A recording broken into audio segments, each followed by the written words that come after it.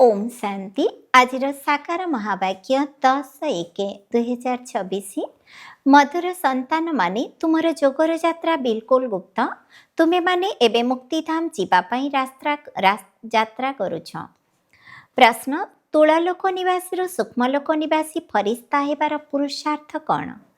उत्तर, जदि सूक्ष्मलोक निवासी फरिस्ता हेबार अछि तेबे आत्मिक सेवारे निजर अस्थि को मध्य स्वाहा कर, अर्थात शरीर मन धन समय संकल्प सबकिछि स्वाहा कर। अस्थि को स्वाहा करिबा बिना केबे भी फरिस्ता होई परिबो नाही, काहेकि ना फरिस्ता मानकर हाड़ मांसर शरीर न थाए। एही बेहद सेवारे दधीचि ऋषिंक भଳି निजर अस्थि को मध्य स्वाहा करिबाकु हेबो, तेबे जाई व्यक्तरु अव्यक्त होई परिबो। गीत अछि धीरज धर मनुआ। ओम शांति। संतान मानकु एही गीतरु इंगित मिलिला जे धैर्य धर। संतान माने जानिछंती आमे श्रीमत आधार रे पुरुषार्थ करुछु एवं एही गुप्त जोगर यात्रा रे अछु। सेही यात्रा तो निजर समय अनुसार शेष होई थाए। मुख्य हेउछि एही यात्रा जहाको तुम मानक बिना आउ केही जानि नाहंती। एबे यात्रा निश्चित करिबाकु हेबो एवं नै जिबा पई पंडा मध्य दरकार। एहांकर नाम मध्य पांडव सेना रखा जाइछि। एमाने भी यात्रा करुछंती। एथिरे स्थूल लड़ईर कौनसी कथा नाही। एठारे प्रत्येक कथा गुप्त। एही यात्रा मध्य बहुत गुप्त। शास्त्र रे मध्य वर्णित अछि, बाबा कहउचंती मोते मने पकाइले मो पाखरे आसी पहुंची जीव। तेबे हा यात्रा हेला ना? बाबा सबु शास्त्रर सारांश को सुनाउछंती। से सबुर वास्तव रे कार्य रे परिणत करिबा आवश्यक। आत्मा मानकु एबे आमर निर्वाण धाम को यात्रा करिबा को हेबो। एही सबु कथा को विचार करिले बुझी पारिबो। एहा हेउछि मुक्तिधामर सत्य यात्रा। मुक्तिधाम जीवा पई समस्ते चाहंती, तेबे एही यात्रा करिबा पई केही मुक्तिधामर रास्ता देखाइबा दरकार। किंतु बाबा तो निज समय अनुसार निजे आसंती, जेउ समय को केही भी जानि नाहंती। एकथा बाबा एठाको आसी बुझाउछंती। तेणु पिलामानकु निश्चय हेउछि प्रकृतरे एहा हेउछि सत्य यात्रा, जहार गायन रहिछि एवं एही यात्रा भगवान स्वयं शिखाइथिले, मन्मना भव मध्याजी भव। एही अक्षर मध्य तुम मानकर बहुत कामरे आसे। मात्र एकथा किए कहिथिले? एही भूल करि देइछंती। से कहिछंती देह सहित देहर सबु संबंध को भूली जाओ। यांकर अर्थात ब्रह्मा बाबांकर मध्य देह अछि। यांको सिए बुझाउछंती से मध्य अलगा अटंती, जहांकर निजर देह नाही। से बाबा हेउछंती विचित्र, तांकर कौनसी चित्र नाही। आउ तो समस्तंकर चित्र अर्थात शरीर रहिछि। सारा दुनिया हेउछि एक चित्रशाला। विचित्र एवं चित्र अर्थात जीव एवं आत्मार एही मनुष्य स्वरूप तैयारी होइछि। शिव बाबा हेउछंती विचित्र। से बुझाउछंती जे मोते ई चित्र अर्थात शरीरर आधार नेबाकु पड़े, जहाँकि शास्त्र रे मध्य वर्णित अछि। महाभारत युद्ध समय रे भगवान एही भଳି कहिथिले, राजयोग मध्य शिखाइथिले एवं निश्चित भाବରେ राजत्वर स्थापना होइथिला। एबे तो कौनसी राजत्व नाही। भगवान ही नुआ दुनिया पई राजयोग शिखाइथिले, काहेकि ना विनाश सम्मुखरे थिला। तेबे बुझा जाइछि जेतेबेले स्वर्गर स्थापना होइथिला, सेतेबेले एपरि होइथिला एवं से लक्ष्मीनारायणकर राज्यर स्थापना होइथिला। एबे तुममानंक बुद्धि रे अछि जे एठारे प्रथमे सत्ययुग थिला, एबे कलियुग अछि। पुणी बाबा सेही कथा बुझाउछंती। एपरि तो केही कहि परिबे नाही जे मु तुममानंकु घरकु नेइ जिबा पई परम धामरु आसीछि। एकथा केवल परम पिता परमात्मा ब्रह्मांक माध्यम रे ही कहि परिबे, आउ काहा द्वारा कहि परिबे नाही। सूक्ष्म लोकरे ब्रह्मा विष्णु शंकर अछंती। बाबा ब्रह्मांक पई मध्य कहिछंती जे से होछंती अव्यक्त ब्रह्मा, ये हेले व्यक्त ब्रह्मा। तुमे माने एबे फरिस्ता हेबाकु जाउछ। फरिस्ता स्थूल लोकरे न थांती। सेमानकर हाड़ मांस न थाए, कारण सेमाने एठी एई आध्यात्मिक सेवारे निजर अस्थि आदि स्वाहा करि दियंती। अर्थात निजर शरीर मन धन समय संकल्प सबकिछि स्वाहा करि दियंती। तापरे फरिस्ता होई जांती। एबे तो अस्थि अछि ना? एहा मध्य लेखा होइछि निजर अस्थि को मध्य सेवारे देइदेले, अर्थात निजर अस्थि सबु खलास करि देइथांती। ଏବେ ସ୍ଥୂଳଲୋକରୁ ସୂକ୍ଷ୍ମଲୋକ ନିବାସୀ ହେବାକୁ ପଡ଼ିବ। ତେବେ ଏଠାରେ ଆମେ ସବୁକିଛି ସ୍ୱାହା କରି ସୂକ୍ଷ୍ମ ଅର୍ଥାତ୍ ଫରିସ୍ତା ହୋଇଯାଉଛୁ। ଏହି ସେବାରେ ନିଜର ସବୁକିଛି ସ୍ୱାହା କରିବାକୁ ହେବ। ବାବାଙ୍କ ସ୍ମୃତିରେ ରହି ରହି ଫରିସ୍ତା ହୋଇଯିବା। ଗାୟନ ମଧ୍ୟ ଅଛି, ମିରୁଆ ମୌତ ମଲ୍ଲୁକା ଶିକାର, ଅର୍ଥାତ୍ କାହାର ପୁଷମାସ ତ କାହାର ସର୍ବନାଶ। ଫରିସ୍ତାମାନଙ୍କୁ ମଲ୍ଲୁକ କୁହାଯାଏ। ତୁମେମାନେ ମନୁଷ୍ୟରୁ ଫରିସ୍ତା ହେବାକୁ ଯାଉଛ। ତୁମମାନଙ୍କୁ ଏବେ ଦେବତା କୁହାଯିବ ନାହିଁ। ଏଠାରେ ତ ତୁମର ଶରୀର ଅଛି ନା। ସୂକ୍ଷ୍ମଲୋକର ବର୍ଣ୍ଣନା ଏବେ ହିଁ ହୋଇଥାଏ। ଯୋଗଯୁକ୍ତ ଅବସ୍ଥାରେ ରହି ରହି ଫରିସ୍ତା ହୋଇଯାଆନ୍ତି। ଅନ୍ତିମ ସମୟରେ ତୁମେମାନେ ଫରିସ୍ତା ହୋଇଯିବ। ତୁମକୁ ସବୁକିଛି ସାକ୍ଷାତକାର ହେବ ଏବଂ ଖୁସି ମଧ୍ୟ ମିଳିବ। ମନୁଷ୍ୟ ତ କାଳର ଶିକାର ହୋଇଯିବେ।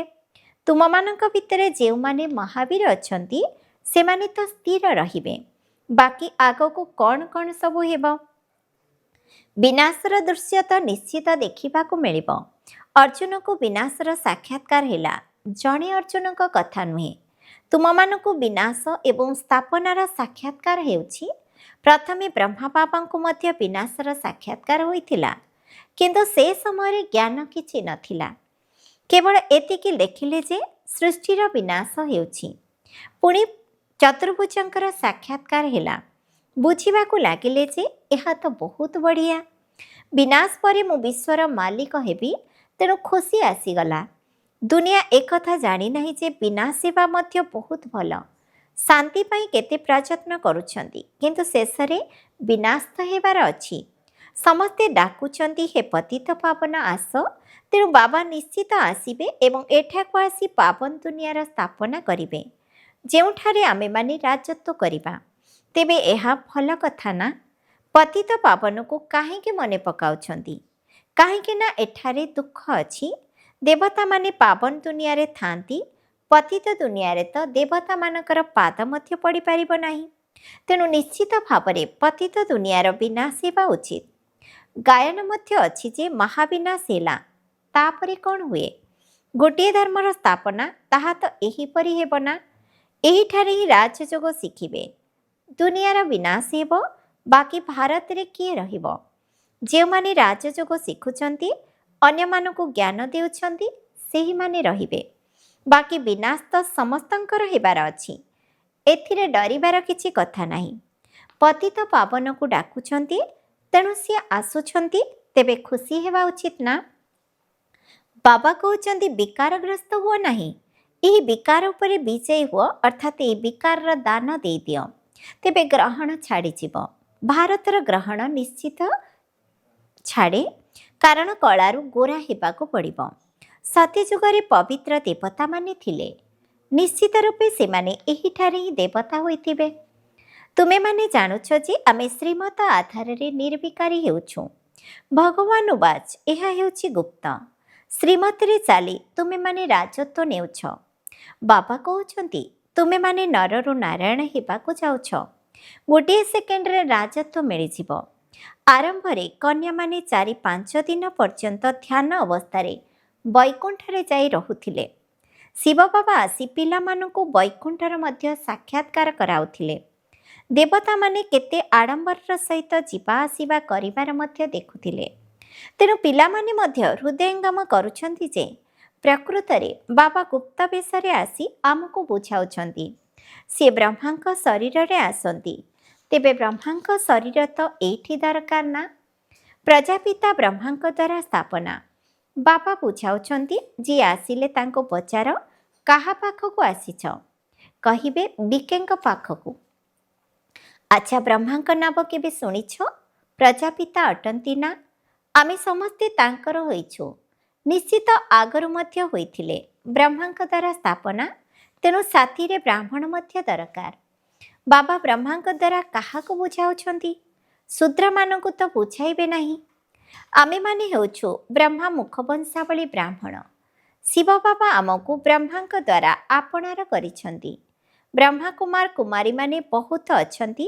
ଅନେକ ସେଣ୍ଟର ରହିଛି। ସବୁଠାରେ ବ୍ରହ୍ମାକୁମାରୀମାନେ ପାଠ ପଢ଼ାଉଛନ୍ତି। ଏଠି ଆମମାନଙ୍କୁ ଦାଦା ଅର୍ଥାତ୍ ଜେଜେବାପାଙ୍କର ବର୍ଷା ମିଳୁଛି। ଭଗବାନ ଉବାଚ, ମୁଁ ତୁମମାନଙ୍କୁ ରାଜଯୋଗ ଶିଖାଉଛି।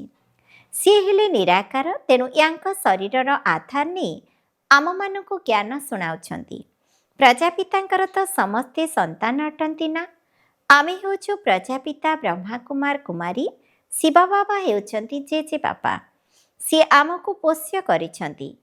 ତୁମେ ଜାଣୁଛ, ଆମେ ବ୍ରହ୍ମାଙ୍କ ଦ୍ୱାରା ଜେଜେ ବାପାଙ୍କ ଠାରୁ ପଢ଼ୁଛୁ।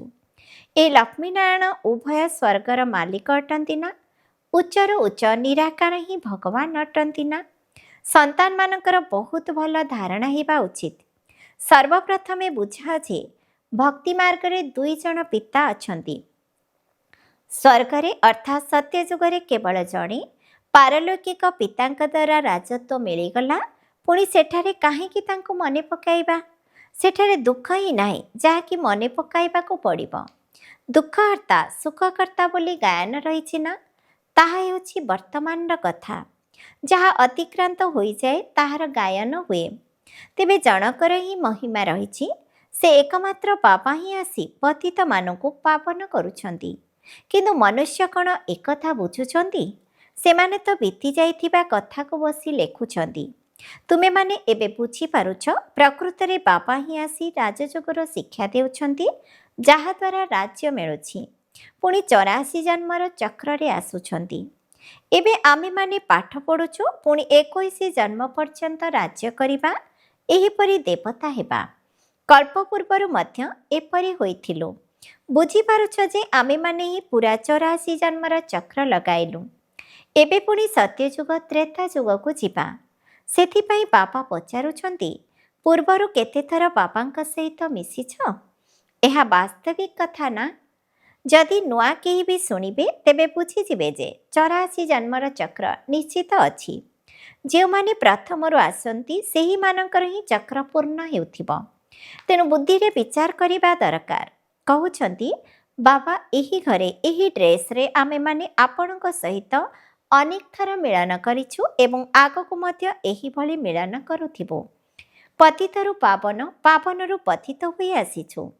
କୌଣସି ଜିନିଷ ସର୍ବଦା ନୂଆ ହିଁ ରହିବ, ଏଭଳି ହୋଇପାରିବ ନାହିଁ। ପୁରୁଣା ନିଶ୍ଚିତ ହେବ। ପ୍ରତ୍ୟେକ ଜିନିଷ ସତୋ ରଜୋ ତମୋରେ ଆସେ। ଏବେ ତୁମେମାନେ ଜାଣୁଛ ଯେ ନୂଆ ଦୁନିଆ ଆସୁଛି, ଯାହାକୁ ସ୍ୱର୍ଗ କୁହାଯାଏ। ଏହା ହେଉଛି ନର୍କ, ତାହା ହେଉଛି ପାବନ ଦୁନିଆ। ବହୁତ ଡାକୁଛନ୍ତି, ହେ ପତିତ ପାବନ ଆସ, ଆମକୁ ପାବନ କର, କାହିଁକି ନା ଦୁଃଖ ବହୁତ ବଢ଼ି ଚାଲିଛି। କିନ୍ତୁ ଏକଥା ବୁଝନ୍ତି ନାହିଁ ଯେ ଆମେମାନେ ହିଁ ପୂଜ୍ୟ ଥିଲୁ, ପୁଣି ଏବେ ପୂଜାରୀ ହୋଇଛୁ। ଦ୍ୱାପରରେ ପୂଜାରୀ ହେଲୁ, ଅନେକ ଧର୍ମ ସ୍ଥାପନ ହେଲା। ଏହିଭଳି ପତିତରୁ ପାବନ, ପାବନରୁ ପତିତ ହୋଇ ଆସିଛୁ। ଭାରତରେ ହିଁ ଏସବୁ ଖେଳ ହୋଇଥାଏ। ତୁମମାନଙ୍କୁ ଏବେ ସ୍ମୃତି ଆସିଛି। ଏବେ ତୁମେମାନେ ଶିବ ଜୟନ୍ତୀ ପାଳନ କରୁଛ। ବାକି ଆଉ କେହି ଶିବ ବାବାଙ୍କୁ ତ ଜାଣି ହିଁ ନାହାନ୍ତି। ତାଙ୍କୁ କେବଳ ଆମେମାନେ ଜାଣିଛୁ। ବାସ୍ତବରେ ସିଏ ଆମମାନଙ୍କୁ ରାଜଯୋଗ ଶିଖାଉଛନ୍ତି। ବର୍ତ୍ତମାନ ବ୍ରହ୍ମାଙ୍କ ଦ୍ୱାରା ସ୍ୱର୍ଗର ସ୍ଥାପନା ହେଉଛି। ଯେଉଁମାନେ ଯୋଗ ଶିଖିବେ, ସ୍ଥାପନା କାର୍ଯ୍ୟରେ ସହଯୋଗୀ ହେବେ, ସେହିମାନେ ହିଁ ନିଶ୍ଚିତ ଭାବରେ ରାଜ୍ୟ ଭାଗ୍ୟ ପାଇବେ। ବାସ୍ତବରେ ଆମେମାନେ ପ୍ରତିକଳ୍ପରେ ବାବାଙ୍କ ଠାରୁ ରାଜଯୋଗ ଶିଖୁଛୁ। ବାବା ବୁଝାଉଛନ୍ତି, ଏବେ 84 ଜନ୍ମର ଚକ୍ର ପୂର୍ଣ୍ଣ ହେବାକୁ ଯାଉଛି। ପୁଣି ନୂଆ ଚକ୍ରରେ ଆସିବାକୁ ହେବ। ସାରା ଚକ୍ରକୁ ତ ଜାଣିବା ଦରକାର ନା? ଏହି ଚିତ୍ର ସବୁ ନଥିଲେ ମଧ୍ୟ ତୁମେମାନେ ବୁଝାଇ ପାରିବ। ଏହା ତ ବିଲକୁଲ ସହଜ କଥା। ବାସ୍ତବରେ ଭାରତ ସ୍ୱର୍ଗ ଥିଲା, ଯାହାକି ଏବେ ନର୍କ ହୋଇଯାଇଛି। ଲୋକମାନେ ଭାବୁଛନ୍ତି ଯେ କଳିଯୁଗ ଏବେ ଆରମ୍ଭ ହୋଇଛି, କିନ୍ତୁ ତୁମେମାନେ କହୁଛ ଏହା ହେଉଛି କଳିଯୁଗର ଅନ୍ତିମ ସମୟ। 84 ଜନ୍ମର ଚକ୍ର ପୂରା ହେବାକୁ ଯାଉଛି। ବାବା ବୁଝାଉଛନ୍ତି, ମୁଁ ପତିତ ଦୁନିଆକୁ ପାବନ କରିବା ପାଇଁ ଆସୁଛି। ତୁମେମାନେ ଜାଣିଛ ଯେ ଆମମାନଙ୍କୁ ପାବନ ଦୁନିଆକୁ ଯିବାକୁ ହେବ। ତୁମେମାନେ ମୁକ୍ତି, ଜୀବନ ମୁକ୍ତି ଧାମ, ଶାନ୍ତି ଧାମ, ସୁଖ ଧାମ ଏବଂ ଦୁଃଖ ଧାମକୁ ମଧ୍ୟ ଜାଣୁଛ। କିନ୍ତୁ ଯଦି ଭାଗ୍ୟରେ ନଥିବ ତେବେ ତାଙ୍କ ଭିତରେ ବିଚାର ଆସେ ନାହିଁ ଯେ ଆମେମାନେ କାହିଁକି ସୁଖଧାମକୁ ନ ଯିବା। ଆମ ସମସ୍ତଙ୍କର ଘର ହେଉଛି ଶାନ୍ତିଧାମ। ସେଠାରେ ଆତ୍ମାର କର୍ମେନ୍ଦ୍ରିୟ ନଥାଏ, ତେଣୁ ସେ କିଛି କଥାବାର୍ତ୍ତା କରିପାରେ ନାହିଁ। ସେଠାରେ ସମସ୍ତଙ୍କୁ ଶାନ୍ତି ମିଳେ। ସତ୍ୟଯୁଗରେ ଗୋଟିଏ ଧର୍ମ ଥାଏ। ଏହା ହେଉଛି ଅନାଦି ଅବିନାଶୀ ବିଶ୍ୱ ନାଟକ, ଯାହାକି ଚକ୍ର ଲଗାଇ ଚାଲିଛି। आत्मार केबे विनाश हुए नाही। शांतिधाम मध्य किछि समय रहिबाकु पड़े। यह बहुत बुझिबार कथा। कलिजुग हेउछि दुःखधाम। एठारे अनेक धर्म रहिछि, तेणु केते हंगामा हेउछि। जेतेबेले एही दुनिया बिल्कुल दुःखधाम परिणत होई जाए, सेतेबेले बाबा आसंती। पुणी दुःखधाम परे संपूर्ण सुखधाम हुए। आमे माने शांतिधामरु सुखधामको आसीथाउ, पुणी दुनिया दुःखधाम परिणत हुए। सत्यजुगरे संपूर्ण निर्विकारी दुनिया थिला, एठारे संपूर्ण विकारी दुनिया। एकथा अन्यକୁ बुझाइबा तो बहुत सहज ना, किंतु साहस दरकार। केउठाको भी जाई बुझाओ। शास्त्र एक कथा मध्य लेखा होईछि, हनुमान सत्संगरे जाई पछरे जोता उपरे बसुथिले। तेणु जी महावीर से केउठी मध्य जाई जुक्तिर सहित शुणिबे, देखिबा कौन शुणाउछंती। तुमे माने तांकर कल्याण करिबा पई ड्रेस बदलाई केउठाको भी जाई परिबो। बाबा मध्य गुप्त विषय तुमर कल्याण करुछंती ना। मंदिररू बा जेउठारू भी निमंत्रण मिलुछि, सेठाकु जाई बुझाइबाकु हेबो। दिनकु दिन तुमे माने बुद्धिमान होई चालिछ। समस्तंको बाबांकर परिचय देबाकु हेबो। सेथिपई चेष्टा करिबाकु हेबो। गायन मध्य रहिछि जे समय आसीबो जेतेबेले कि सन्यासी राजा आदि समस्ते आसीबे। राजा जनकଙ୍କୁ गोटे सेकेंड रे जीवन मुक्ति मिलिला। से पुणी त्रेता जुगरे अनुजनक हेले। अच्छा, मिठा मिठा शिखिलधे संतान मानक प्रति माता पिता बापदादांकर मधुर स्नेह संपन्न शुभेच्छा एवं सुप्रभात। आत्मिक पितांकर आत्मिक संतान मानंकु नमस्ते।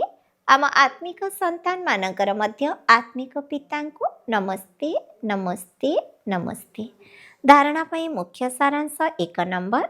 अंतिम विनाशर दृश्य को देखिबा पई निजर स्थिति को महावीर भली निर्भय अविचलित करिबाकु हेबो।